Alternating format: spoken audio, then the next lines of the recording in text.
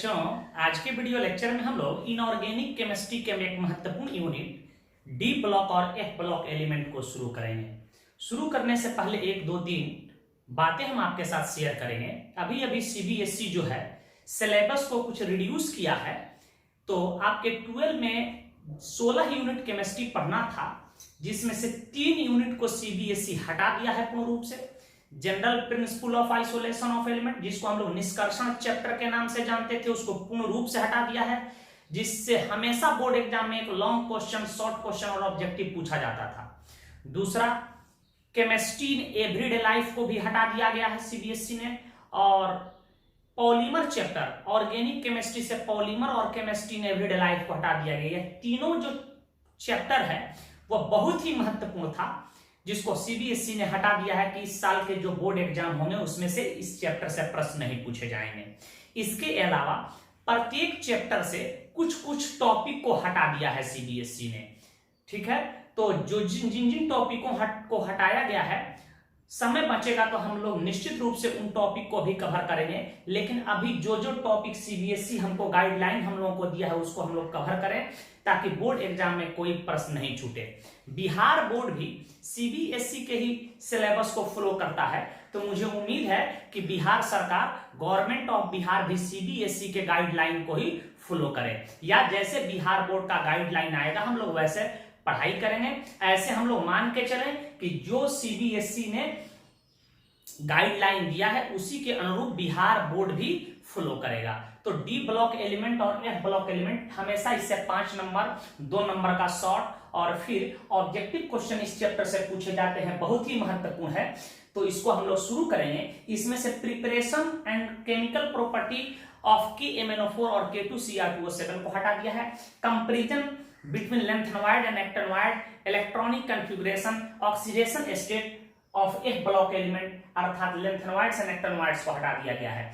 फिर भी हम लोग इसको कवर कर लेंगे, ताकि यह बहुत ही महत्वपूर्ण है जेईई और नीट के दृष्टिकोण से। तो चलिए हम लोग डी ब्लॉक और एफ ब्लॉक को शुरू करें। शुरू करने से पहले आपको हम पीरियोडिक टेबल पढ़ाए होंगे 11th क्लासेज में, या जो नए बच्चे आए होंगे 12 में उनको हम पीरियोडिक टेबल बेसिक में पढ़ाए होंगे 10 से 15 दिन। उसको रिवीजन कर लीजिएगा, और 4 पन्ना का एक नोट्स आपको दिए होंगे उसको जरूर बनाइएगा, और उसके फॉर्मूला को जरूर आप पढ़ लीजिएगा। तो चलिए हम लोग शुरू करते हैं। डी ब्लॉक एलिमेंट क्या है, आप हम डेफिनेशन बोलते चलेंगे, आप कुछ लिखते भी चलिएगा। देखिए, आप ऑर्बिटल पढ़े, S orbital, P orbital, D orbital, F orbital. ठीक है, तो वैसे तत्व जिनका अंतिम इलेक्ट्रॉन एफ ऑर्बिटल में प्रवेश कर जाए उसे हम लोग एफ ब्लॉक के तत्व के नाम से जानते हैं। यदि इलेक्ट्रॉनिक विन्यास लिखा जाए, उसका लास्ट इलेक्ट्रॉन यदि एफ ऑर्बिटल में घुस जाएगा तो एफ ब्लॉक का तत्व होगा, पी में घुस जाएगा तो पी ब्लॉक का तत्व होगा, डी में घुस जाएगा तो डी ब्लॉक का तत्व होगा। जैसे लोहा का परमाणु संख्या 26 होता है, यदि लोहा का हम इलेक्ट्रॉनिक विन्यास लिखें तो यदि 26वां इलेक्ट्रॉन अर्थात उसका अंतिमवां इलेक्ट्रॉन डी ऑर्बिटल में प्रवेश कर जाए तो कहेंगे कि लोहा एक डी ब्लॉक का तत्व है। तो कोई पूछे कि डी ब्लॉक का तत्व क्या है, तो आप इसे नोट कर लीजिए। डिफिनीशन मैं बोल रहा हूं, वैसे तत्व जिनका अंतिम इलेक्ट्रॉन डी ऑर्बिटल में प्रवेश करता है उसे डी ब्लॉक का तत्व कहा जाता है। एक बार और मैं रिपीट कर दूं, वैसा तत्व जिनका अंतिम इलेक्ट्रॉन डी ऑर्बिटल में प्रवेश करता है उसे डी ब्लॉक का तत्व कहा जाता है। डी ब्लॉक के तत्वों को संक्रमण तत्व, जिसको हम लोग ट्रांजिशन एलिमेंट के नाम से भी जाना जाता है। तो एक बिंदु देके और बात लिख लीजिए कि इसे ट्रांजिशन एलिमेंट, क्या किस नाम से जानते हैं बेटा, ट्रांजिशन एलिमेंट, हिंदी होता है इसका संक्रमण तत्व। इसे ट्रांजिशन एलिमेंट भी कहा जाता है। लिखिए, इसे ट्रांजिशन एलिमेंट भी कहा जाता है क्योंकि इनका गुण एस ब्लॉक के तत्व और पी ब्लॉक के तत्वों के मध्य परिवर्तित होते रहता है। इसे ट्रांजिशन एलिमेंट कोष्ठ में आप लिख सकते हैं संक्रमण तत्व भी कहा जाता है, क्योंकि इनका गुण एस ब्लॉक के तत्व और पी ब्लॉक के तत्व के मध्य परिवर्तित होते रहता है। आवर्त सारणी के ग्रुप 1 और 2 के तत्वों को हम लोग एस ब्लॉक के तत्व कहते हैं, और 13 से लेकर 18 तक के तत्वों को हम लोग पी ब्लॉक के तत्व कहते हैं, और बीच में 3 से लेकर 12 तक के तत्वों को हम लोग डी ब्लॉक के तत्व कहते हैं। तो इनका गुण क्या होता है, एस ब्लॉक के तत्व और पी ब्लॉक के तत्वों के बीच परिवर्तित होते रहता है, इसलिए इसे ट्रांजिशन एलिमेंट भी कहा जाता है। तीर के निशान देखिए, एक और बात लिख लीजिए कि ये सभी धातु होते हैं, लिखिए ये सभी धातु होते हैं तथा इन्हें आवर्त सारणी के ग्रुप 3 से लेकर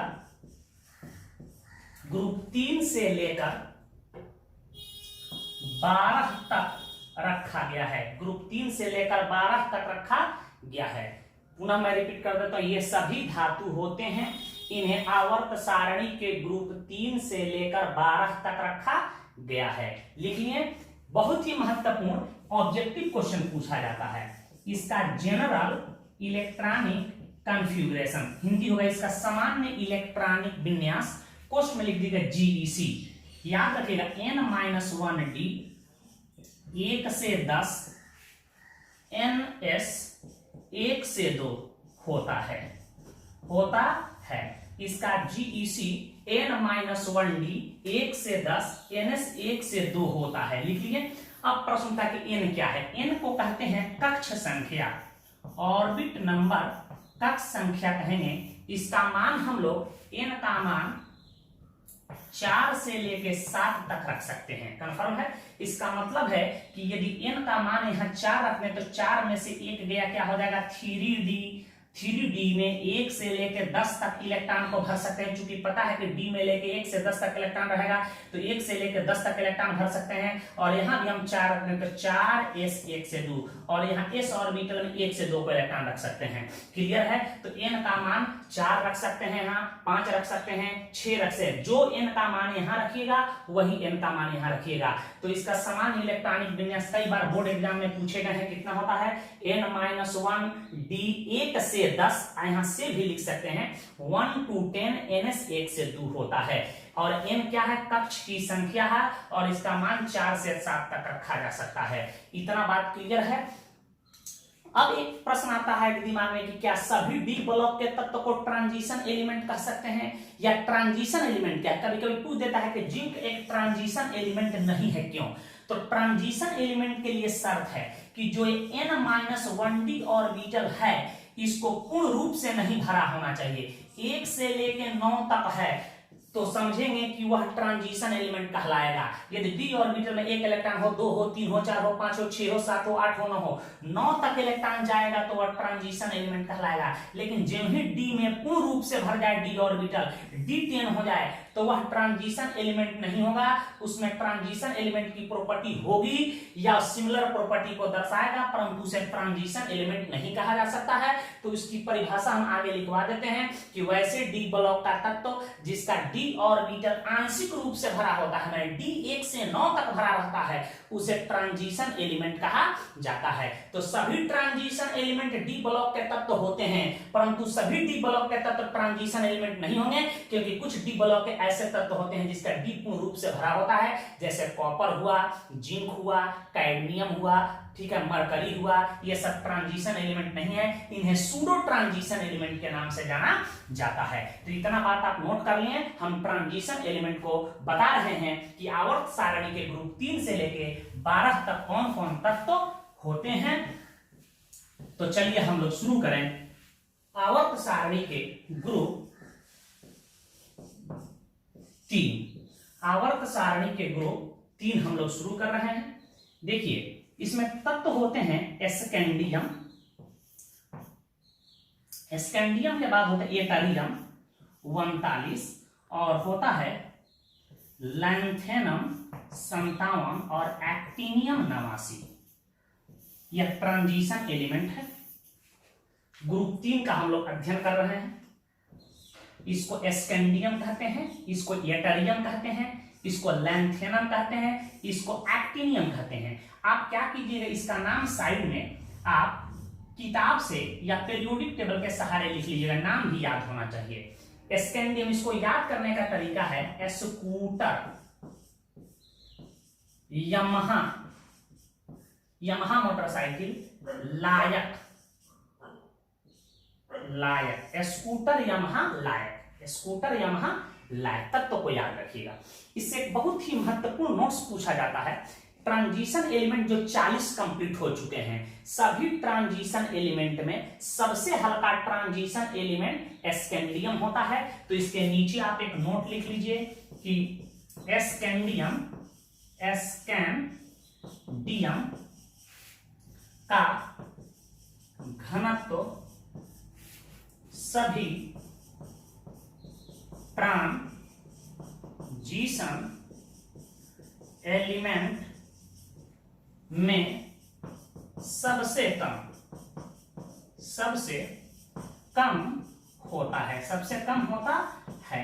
याद रखिए इसकी डेंसिटी लगभग होता है 3.43 ग्राम पर सीएम क्यूब, अर्थात सबसे हल्का ट्रांजिशन एलिमेंट स्कैंडियम होता है।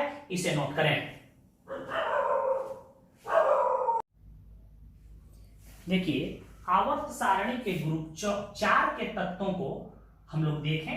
इसमें कौन कौन तत्व है? इसको कहते हैं टाइटेनियम, इसको कहते हैं जिरकोनियम, इसको कहते हैं हैफनियम, इसको कहते हैं रदरफोर्डियम।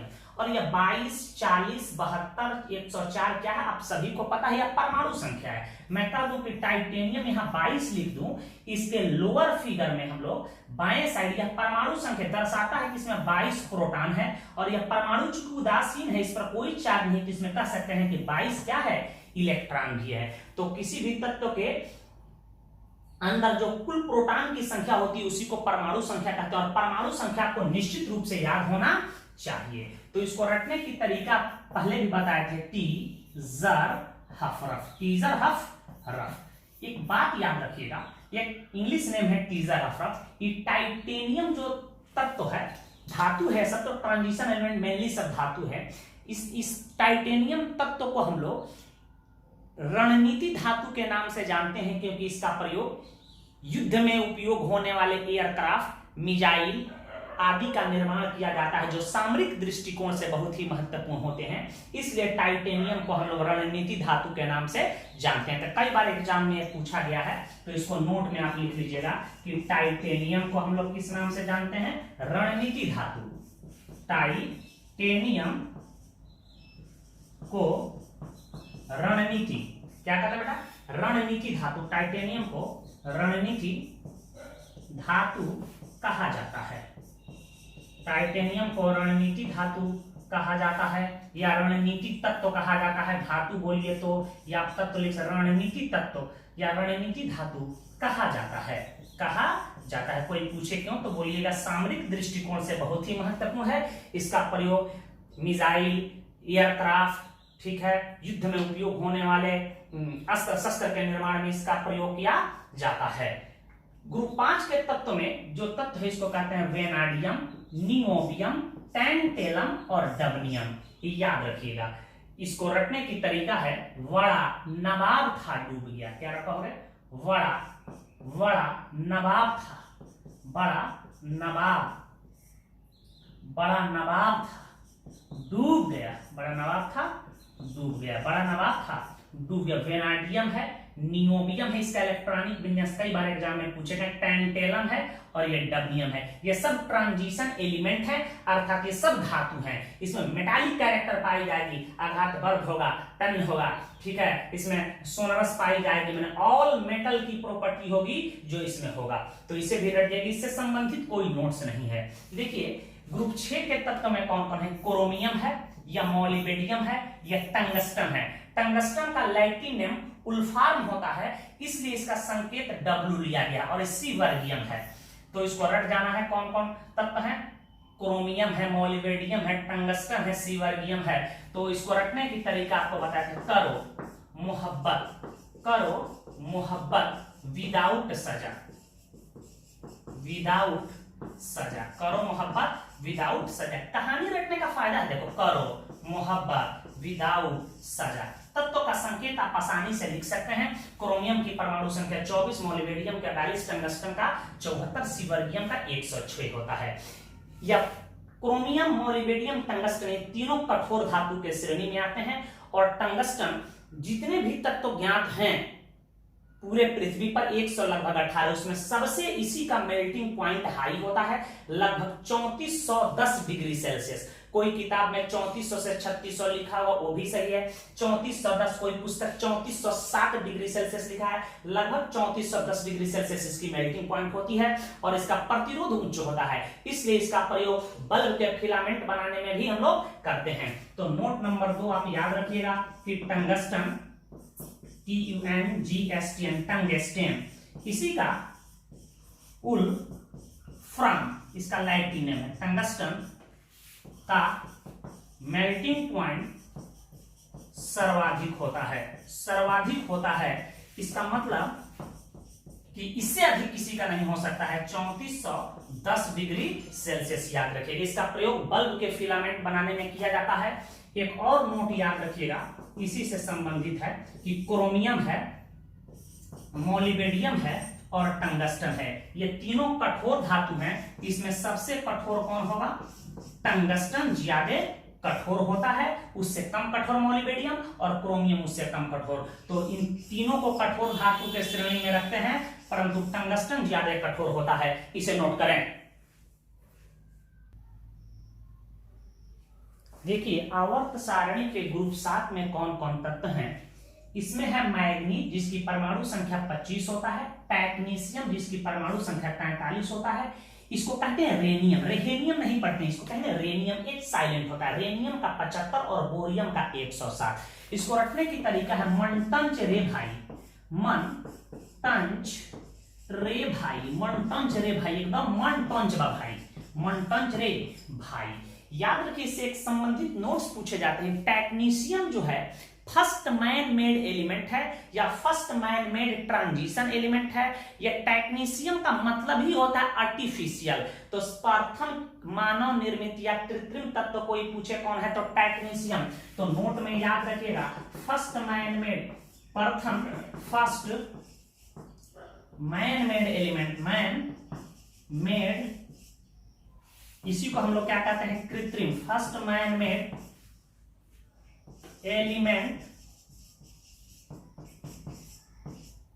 TECH, टेक्नीशियम, टेक्नीशियम है, याद रखिएगा।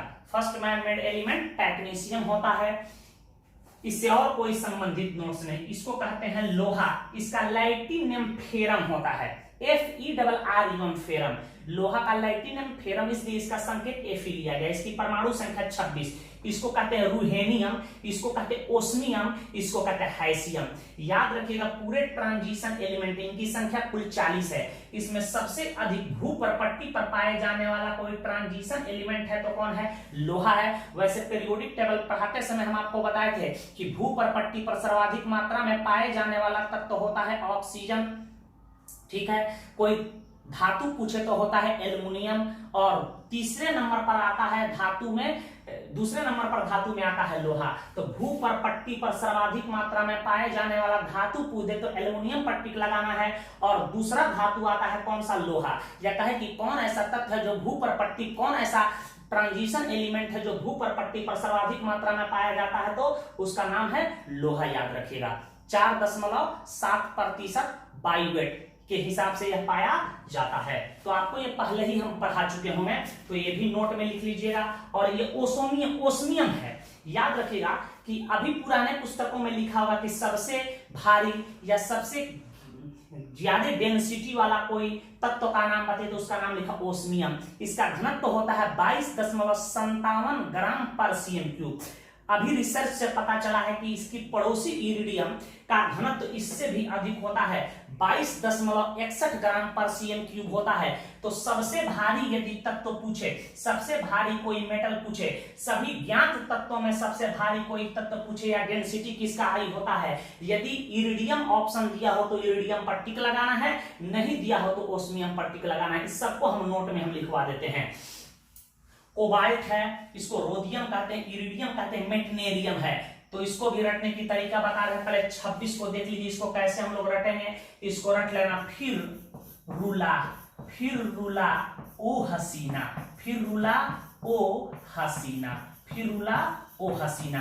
फेरम है, रूहेनियम है, ओस्मियम है, हैसियम है। तो इससे संबंधित भी एक नोट आप याद रखिएगा। नोट में लिख देता हूं, फेरम, फेरम जिसको हम लोग लोहा कहते हैं, भूपरपट्टी पर सर्वाधिक मात्रा में पाए जाने वाला ट्रांजिशन एलिमेंट है। वैसे इनका ऑर्डर याद रखिएगा। सबसे अधिक भूपरपट्टी पर ऑक्सीजन पाया जाता है, जो एक अधातु है, याद रखिएगा। पूरे ज्ञात तत्वों में सबसे अधिक भूपरपट्टी पर, उसके बाद आता है सिलिकॉन आता है, उसके बाद आता है हमारा एल्युमिनियम आता है, उसके बाद लोहा आता है। तो ये ऑर्डर कम से कम याद रखिएगा कि भूपरपट्टी पर सबसे अधिक मात्रा में पाए जाने वाला तत्व पूछे या अधातु पूछे तो ऑक्सीजन, उपधातु पूछे या दूसरा तत्व पूछे तो सिलिकॉन, भूपरपट्टी पर सर्वाधिक मात्रा में पाए जाने वाला धातु पूछे तो एल्युमिनियम, या तीसरे नंबर पर आता है यह तत्व में कहे कि भूपरपट्टी पर तीसरा कौन तत्व है, एल्युमिनियम है, लोहा है, उसके बाद कैल्शियम आदि आता है। तो ये ऑर्डर आप निश्चित रूप से याद रखिएगा। आगे की ओर हम बढ़ रहे हैं, यहां देखिएगा, इस नोट को आप नोट कर लीजिएगा। इसको हम मिटा रहे हैं, एक नोट और लिख लीजिएगा। यहां पे मैं नोट करा देता हूं,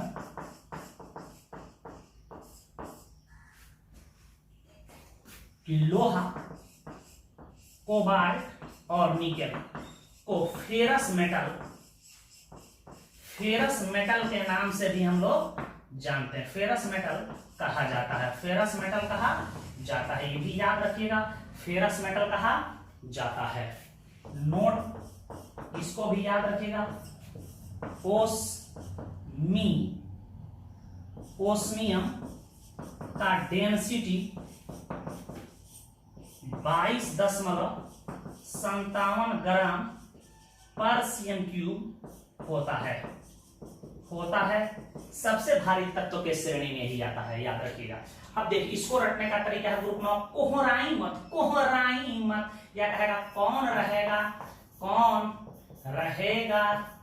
आयरलैंड में, कौन रहेगा आयरलैंड एक देश का, कौन रहेगा आयरलैंड में। कोबाल्ट है, रोडियम है, इरिडियम है, मेटनेरियम है, यह सब ट्रांजिशन एलिमेंट हैं, सब धातु हैं। तो इससे संबंधित बात एक याद रखिएगा, नोट में लिखवा देते हैं। जो भी नोट लिखवा रहे हैं बोर्ड एग्जाम में ऑब्जेक्टिव क्वेश्चन के लिए तैयार रखिएगा। यह इरिडियम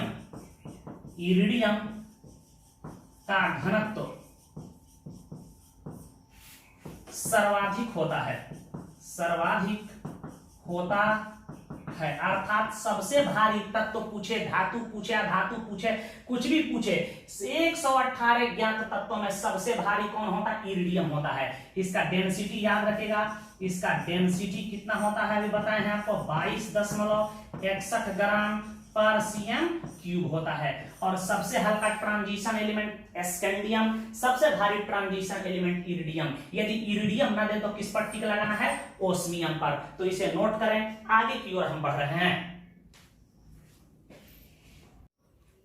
देखिए, आवर्त सारणी के ग्रुप 10 में जो तत्व है उसमें पहला तत्व है निकेल, बड़ा ही प्रमुख तत्व है। और यह प्लेडियम, यह है प्लेटिनम, इसको व्हाइट गोल्ड, उजला सोना के नाम से भी जानते हैं। और यह है डर्मास्टेडियम DS। तो इसको रखने की तरीका है, निकाह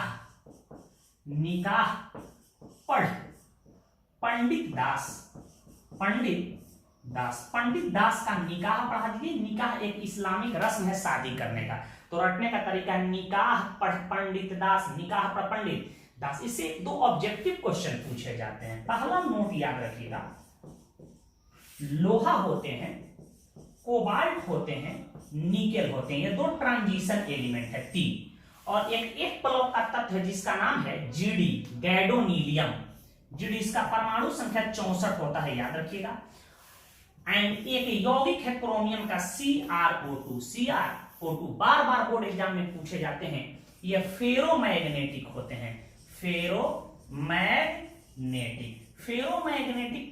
होते हैं, फेरोमैग्नेटिक नेचर के होते हैं, भी लिख सकते हैं फेरोमैग्नेटिक नेचर के होते हैं। अर्थात इसमें अस्थायी चुंबकीय होते हैं। अस्थायी चुंबकीय गुण पाए, डायरेक्ट चुंबक में सटाइएगा तो सट जाएगा। यह पारामैग्नेटिज्म का ही एक गुण है फेरोमैग्नेटिज्म, जिसमें अस्थायी चुंबकीय गुण पाया जाता है। तो लोहा कोबाल्ट निकल, ये 3 ट्रांजिशन एलिमेंट और एक ब्लॉक का तत्व है जीडी। 4 ही तत्व 118 में ऐसे हैं जो फेरोमैग्नेटिक होते हैं, और एक क्रोमियम के ऑक्साइड CrO2 जो फेरोमैग्नेटिक नेचर का होता है। वैसे हम बेसिक में पारामैग्नेटिक, डाईमैग्नेटिक, फेरोमैग्नेटिक क्या होता है बता चुके हैं, तो रट जाइएगा, बार बार बोर्ड एग्जाम में प्रश्न इससे पूछे जाते हैं।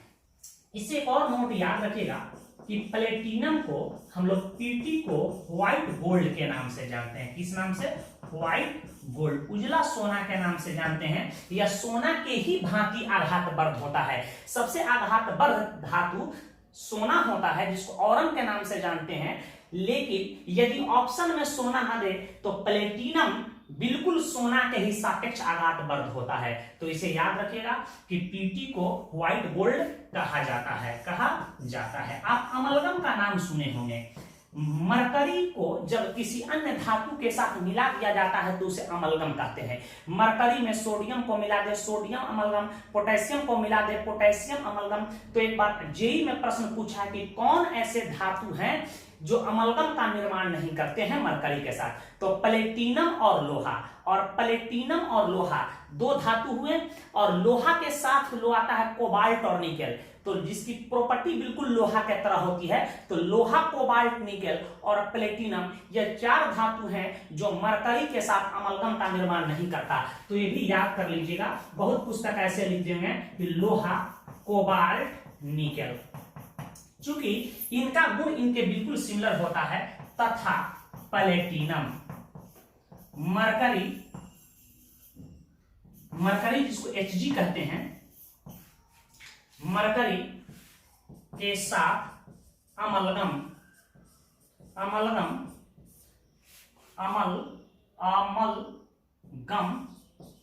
का निर्माण नहीं करता। डिटेल अध्ययन हम लोग करेंगे कि क्यों करता है, क्यों नहीं करता है, मिश्र धातु बनाने की कंडीशन क्या है, इस चैप्टर के अंदर ही हम लोग पढ़ेंगे। तो मरकरी के साथ ये अमलगम का फॉर्मेशन नहीं करता है। तो इतना बात आपको कम से कम निश्चित रूप से आपको याद होना चाहिए। तो इसे हम मिटा रहे हैं, आ रहे हैं हम ग्रुप 11 पर। क्लियर है? प्लेटिनम को उजला सोना के नाम से जानते हैं। आगे बढ़ रहे हैं, यहां ध्यान दीजिएगा, यह ग्रुप 11 में जो ट्रांजिशन एलिमेंट दिखाई दे रहे हैं, इसको कहते हैं कॉपर, इसको कहते हैं सिल्वर, इसका लैटिन में अर्जेंटेनम होता है, इसलिए संकेत Ag लिया गया। यह सोना है गोल्ड, इसको हम लोग औरम के नाम से जानते हैं। और यह है रेंटजेनियम, एक धातु है, ट्रांजिशन एलिमेंट है।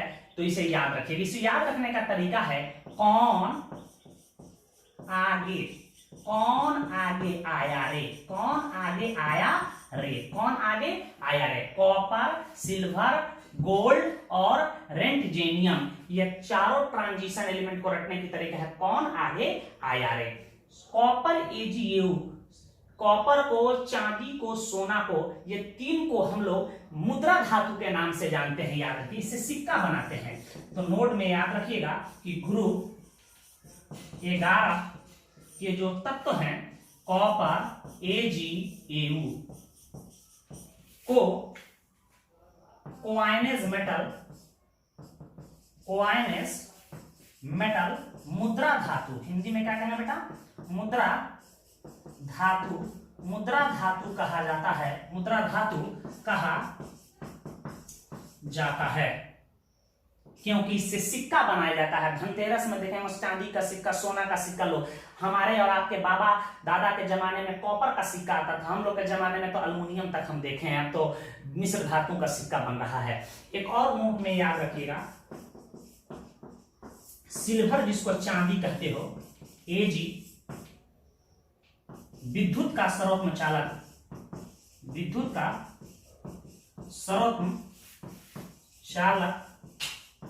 तथा प्रकाश का सबसे अच्छा परावर्तक धातु होता है। परावर्तक धातु होता है, याद रखिएगा। और एक और बात याद रखिएगा कि हम लोग सोना को सबसे आघातवर्ध धातु के नाम से जानते हैं। यहां लिख देते हैं नोट नंबर नेक्स्ट, गोल्ड सबसे आघातवर्ध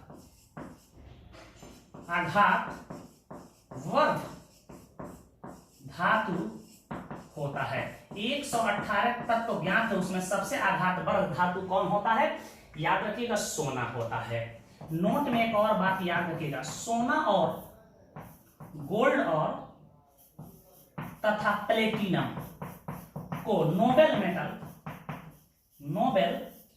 मेटल कहा जाता है, क्योंकि यह सामान्य किसी रसायन से प्रतिक्रिया नहीं करता, ना हवा से करता है, ना कार्बन डाइऑक्साइड से करता है, ना ऑक्सीजन से करता है, परंतु एक्वा रेजिया जिसको हिंदी में अम्लराज कहते हैं, 3HCl प्लस HNO3 के मिश्रण को एक्वा रेजिया कहते हैं। एक्वा रेजिया में घुल जाता है, याद रखिएगा। सोना और प्लेटिनम एक्वा रेजिया में डालने से घुल जाता है। सोनार इसी केमिकल का प्रयोग सोना और प्लेटिनम को चुराने के लिए करते हैं। यह कैसे एक्वा रेजिया में घुल जाता है, चैप्टर के अंदर हम डिटेल रिएक्शन के माध्यम से समझेंगे। तो इतना बात याद रखिए, गोल्ड सबसे आघातवर्ध धातु होता है। गोल्ड तथा प्लेटिनम को नोबेल मेटल कहा जाता है, परंतु एक्वा रेजिया जिसको हिंदी में अम्लराज कहते हैं, 3:HCl और 1 नाइट्रिक अम्ल HNO3 के मिश्रण को ही एक्वा रेजिया कहते हैं, घुल जाता है। बात इतना समझ गए होंगे। तो आते हैं हम लोग ग्रुप 12 के ऊपर, इसे नोट कर लीजिएगा। फटाफट स्क्रीनशॉट लेना है और कॉपी में नोट कर लेना है। एक अलग कॉपी कीन लीजिएगा जिसमें फिजिकल केमिस्ट्री और इनऑर्गेनिक केमिस्ट्री जो पढ़ा रहे हैं लिखते चलना है, और एक ऑर्गेनिक का कॉपी होना चाहिए। देखिए, इसको कहते हैं ग्रुप 12, इसको कहते हैं जिंक, इसको कहते हैं कैडमियम, इसको कहते हैं हाइड्रोजियम मरकरी, और इसको कहते हैं कॉपर-नेशियम। इसको रखने की तरीका है, जिंदगी कदरदान होगा, जिंदगी कदरदान होगा सनम। इसको रट जाना, जिंदगी जिंक, कैडमियम, Hg जिसको मरकरी कहते हैं, इसका लैटिन हाइड्रोजियम होता है, और कॉपर-नेशियम। याद रखिएगा, इन सबका इलेक्ट्रॉनिक विन्यास हम लिखेंगे तो इलेक्ट्रॉनिक विन्यास में d ऑर्बिटल पूर्ण रूप से भरा होता है, और d ऑर्बिटल पूर्ण रूप से भर जाएगा तो इसे हम लोग ट्रांजिशन एलिमेंट नहीं कह सकते हैं, लेकिन इनका गुण ट्रांजिशन एलिमेंट की तरह मिलता जुलता है। ट्रांजिशन एलिमेंट होने का शर्त है कि डी में 1 से लेकर 9 तक इलेक्ट्रॉन, आगे भी बता रहे हैं। यह डी ब्लॉक का तथ्य है कि अंतिम इलेक्ट्रॉन डी में जा रहा है, लेकिन इसका डी ऑर्बिटल पूर्ण रूप से भरा है, इसलिए इसे सूडो ट्रांजिशन एलिमेंट किस नाम से जानते हैं? Pseudo transition element. इन्हें सूडो ट्रांजिशन एलिमेंट कहा जाता है। सूडो ट्रांजिशन एलिमेंट्स के नाम से हम लोग जानते हैं, क्योंकि इन सबका इलेक्ट्रॉनिक विन्यास लिखेंगे तो इनका डी ऑर्बिटल पूर्ण रूप से भरा दिखे। इसका लिखेंगे तो 3d10 होगा, इसका 4d10 होगा, इसका 5d10 होगा, इसका 6d10 हो सकता है। और इनका बॉइलिंग पॉइंट बड़ा कम होता है, इसलिए इन्हें वोलाटाइल मेटल भी कहा जाता है। तो कोई पूछे कि आवर्त सारणी के ग्रुप 12 के तत्वों को हम किस नाम से जानते हैं? वोलाटाइल मेटल के नाम से, वाष्पशील धातु कहा जाता है। 12 के तत्वों को वोलाटाइल मेटल, ग्रुप 11 के तत्वों को क्वाइनेज मेटल कहा जाता है। तो जिंक, कैडमियम, Hg याद रखिएगा। मरकरी से नोट्स पूछा जाता है एग्जाम में, नोट में याद रखिएगा, मरकरी,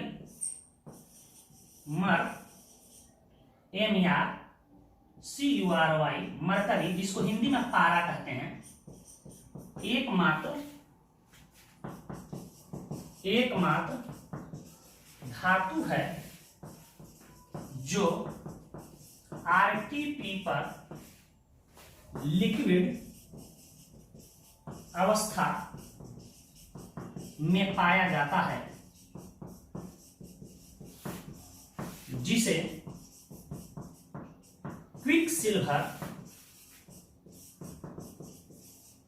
या लिक्विड सिल्वर, द्रवित चांदी हिंदी में लिक्विड सिल्वर कहा जाता है, लिक्विड सिल्वर कहा जाता है। इसका मेल्टिंग पॉइंट बहुत कम होता है, ये भी याद रखिएगा, इसका मेल्टिंग पॉइंट सबसे कम होता है -38.87 डिग्री सेल्सियस, याद रखिएगा। माइनस में टेम्परेचर चला जाता है, नोट कर लीजिए इसे। नेक्स्ट वीडियो लेक्चर में हम लोग ट्रांजिशन एलिमेंट क्या है ये जानेंगे और ट्रांजिशन एलिमेंट अर्थात डी ब्लॉक के इलेक्ट्रॉनिक विन्यास का अध्ययन करेंगे और कैटायन एनायन का इलेक्ट्रॉनिक विन्यास कैसे लिखते हैं इसको भी जानेंगे। ट्रांजिशन सीरीज क्या है, कितने ट्रांजिशन सीरीज होते हैं, प्रत्येक ट्रांजिशन सीरीज में 10 ही तत्वों को रखा जाता है क्यों, और ट्रांजिशन एलिमेंट के जनरल प्रॉपर्टी का अध्ययन करेंगे। उसके बाद इसके प्रॉपर्टी का एक्सप्लेनेशन करेंगे और इसके प्रॉपर्टी के एक्सप्लेनेशन से 5 अंकों का क्वेश्चन हमेशा बोर्ड एग्जाम में या शॉर्ट क्वेश्चन पूछे जाते हैं, उसको डिटेल अध्ययन करेंगे। खासकर उसके मैग्नेटिक प्रॉपर्टी, कलर प्रॉपर्टी और ऑक्सीडेशन स्टेट का अध्ययन करेंगे। 3-4 वीडियो लेक्चर में हम कोशिश करेंगे कि इस यूनिट को कंप्लीट करेंगे, क्योंकि इसके रिजेक्शन वाले पोर्शन को आप सीबीएसई रिड्यूस कर दिया है। तो आप क्या कीजिएगा, घर पे जो पीछे क्लास में हम आपको इलेक्ट्रॉनिक विन्यास पढ़ रहे हैं, आज बिल्कुल कॉपी से उसको पढ़ लीजिएगा कि इनर्ट गैस के सहारे इलेक्ट्रॉनिक विन्यास कैसे लिखते हैं, कैटायन एनायन का कैसे लिखते हैं, कि कल के क्लास में जब हम इलेक्ट्रॉनिक विन्यास बताएं तो आपको कहीं दिक्कत नहीं हो। मुझे उम्मीद है कि आप आज जो वीडियो लेक्चर अपलोड हो रहा है उसे आज ही देखेंगे, समझेंगे और एक अलग कॉपी बना लेंगे जिसमें इनऑर्गेनिक केमिस्ट्री और इनऑर्गेनिक केमिस्ट्री और फिजिकल केमिस्ट्री को नोट करते चलेंगे। इस यूनिट को कंप्लीट करने के बाद हम लोग कोऑर्डिनेशन केमिस्ट्री देखेंगे जो सबसे कॉम्प्लेक्स होता है और सबसे आनंददायक चैप्टर होता है। धन्यवाद।